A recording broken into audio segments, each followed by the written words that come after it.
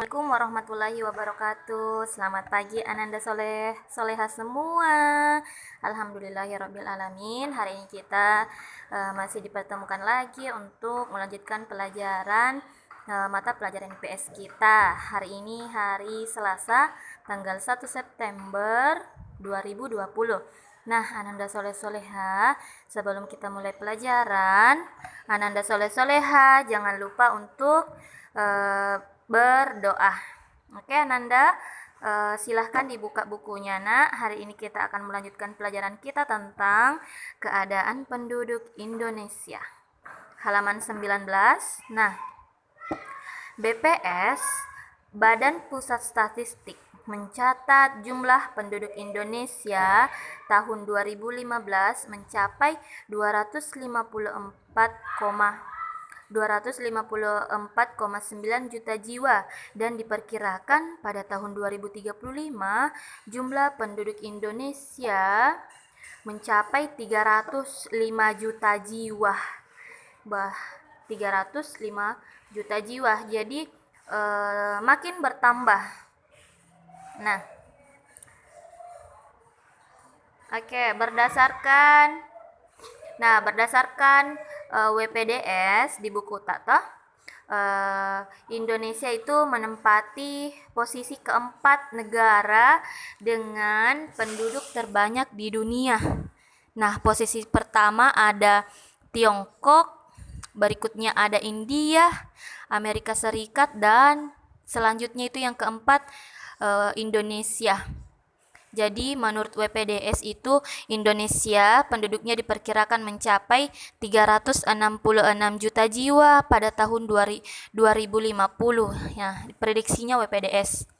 Nah, oke, di wilayah Indonesia itu ada beberapa provinsi, beberapa pulau, yaitu Pulau Jawa yang memiliki kepadatan penduduk yang lebih tinggi daripada yang lain.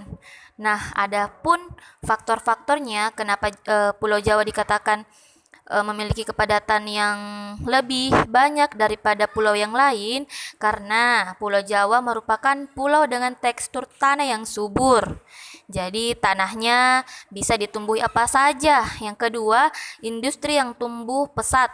Nah, jadi di Pulau Jawa itu banyak penduduk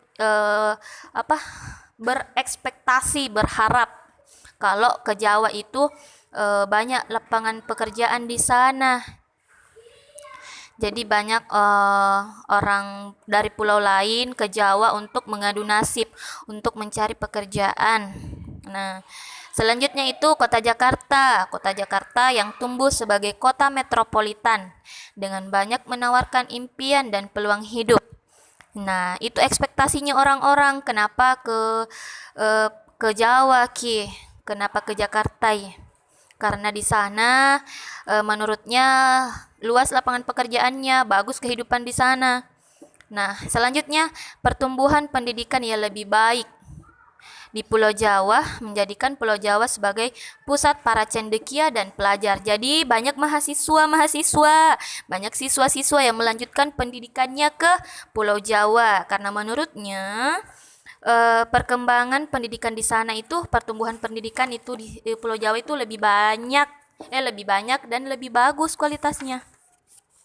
Nah, selanjutnya kita lanjutkan pembahasan kita tentang keadaan penduduk Indonesia, yaitu komposisi penduduk. Komposisi penduduk apa itu? Nah, komposisi penduduk. Misal biasa kalau di makanan instan, nah di kemasan itu biasa pakai bagian belakang ada komposisi, nah atau ada komposisi toh. Nah, begitupun dengan komposisi penduduk. Apa saja komposisi penduduk? Nah, kita tahu dulu apa itu komposisi penduduk. Komposisi penduduk adalah pengelompokan penduduk berdasarkan kelas sosial, profesi, umur, dan jenis kelamin. Nah, komposisi penduduk itu membantu sensus penduduk untuk mengetahui pertumbuhan jumlah penduduk berdasarkan, nah itu tadi, kelas sosial, profesinya, umurnya, dan jenis kelaminnya. Jadi dia dibagi beberapa kriteria supaya memudahkan kita untuk mengetahui. Misalkan penduduk yang jenis kelamin perempuan, jenis kelamin laki-laki segini jumlahnya, kita bisa bandingkan yang mana lebih banyak. Terus kalau umur, penduduk umur 0 sampai 6 tahun segini, 7 sampai 12 segini jumlahnya. Jadi itu memudahkan kita untuk mengetahui informasi yang ingin kita cari. Misalkan profesi, guru ada segini, pelajar segini jumlahnya, mahasiswa segini jumlahnya. Begitupun dengan yang lainnya ya. Nah, berdasarkan usia. Berdasarkan usia, jenis kelamin, susunan penduduk terbagi menjadi 3. Ada piramida penduduk muda.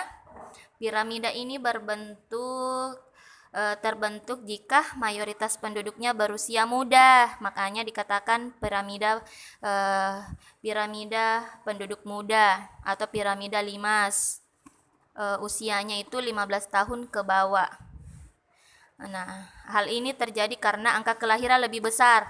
Nah, lebih banyak orang melahirkan, lebih banyak kelahiran yang terjadi daripada angka kematian.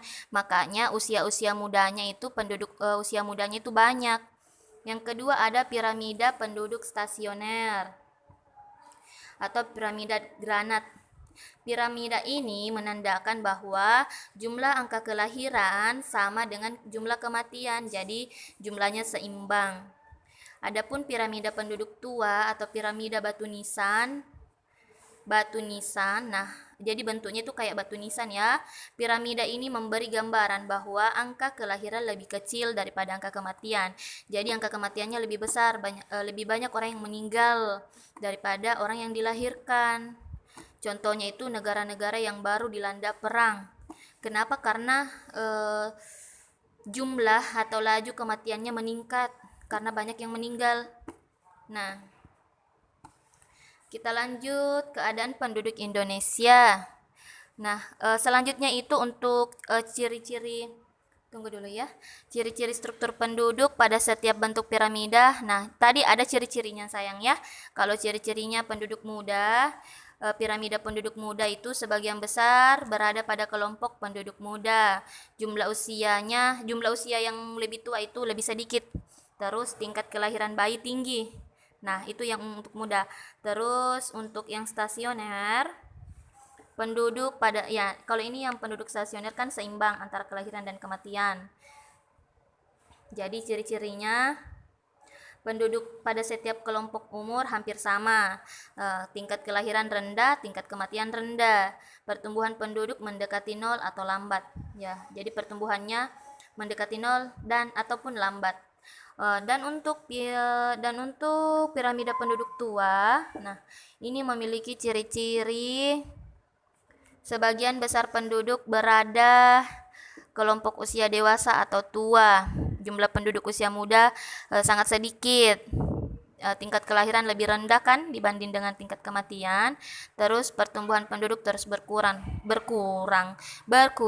maaf ya. Jadi tingkat kematian kan lebih banyak, makanya tingkat kelahirannya lebih sedikit atau lebih rendah karena lebih banyak yang meninggal atau tingkat kematian lebih tinggi. Nah, di bukunya Ananda bisa lihat di situ ada tabel. Nah, tabel gambaran komposisi penduduk berdasarkan pendidikan. Nah, ini komposisi penduduk berdasarkan pendidikan. Di situ ada tabelnya, boleh Anda lihat, sudah dibuatkan secara detail. Nah, ada juga agama. Nah, beberapa agama sudah dipresentasikan juga berapa jumlahnya, sudah disensus. Nah, selanjutnya oke. Silahkan dibaca-baca bukunya sayang ya, karena penjelasan bunda singkat. Penduduk usia kerja. Nah, penduduk usia kerja dibagi menjadi 2 golongan. Oh, ada golongan angkatan kerja dan yang bukan angkatan kerja. Angkatan kerja itu terdiri dari orang-orang yang aktif bekerja dan sedang mencari pekerjaan. Adapun kelompok yang bukan angkatan kerja adalah orang-orang yang masih bersekolah, ibu rumah tangga, pensiunan dan sebagainya. Jadi Ananda semua ini masih tergolong bukan angkatan kerja karena usianya masih usia sekolah, masih menuntut ilmu. Jadi 15 tahun atau lebih umurnya. Nah, keadaan penduduk Indonesia. Jadi untuk komposisi penduduk berdasarkan pembagiannya silahkan Ananda baca pada halaman 21 sampai 22. Oke, silahkan dibaca itu ya. Nah, selanjutnya kita lanjutkan pembahasan kita. Nah, keadaan penduduk Indonesia, agama. Nah, yang agama yang dianut oleh penduduk Indonesia terdiri atas agama Islam, Kristen, Katolik, Hindu, Buddha, dan Konghucu. Dari data tersebut juga diketahui mayoritas agama yang dianut penduduk Indonesia adalah agama Islam. Jadi kita ini beragam agama, berbeda-beda tapi tetap satu sesuai dengan simbol Bhinneka Tunggal Ika, simbolnya Indonesia. Nah, keadaan penduduk Indonesia masih ya tadi Bunda sudah jelaskan ya, ada penduduk usia kerja, ada bukan angkatan kerja dan sudah merupakan angkatan kerja.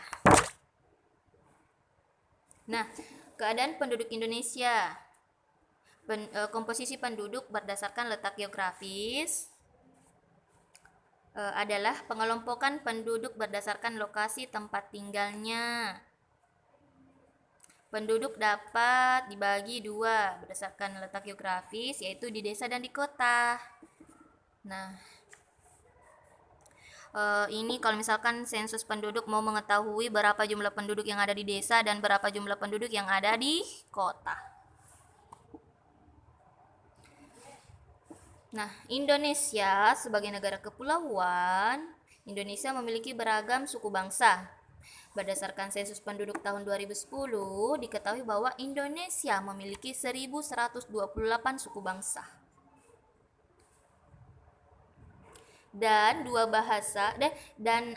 ada dua bahasa yang digunakan, yaitu bahasa Indonesia dan bahasa daerah.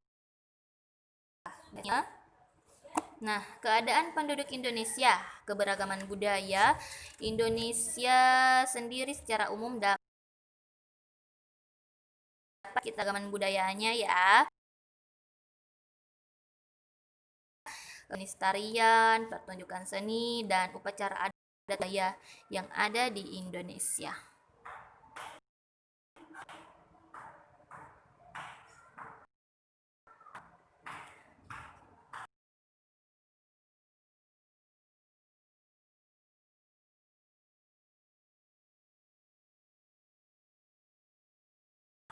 Nah, itu mengenai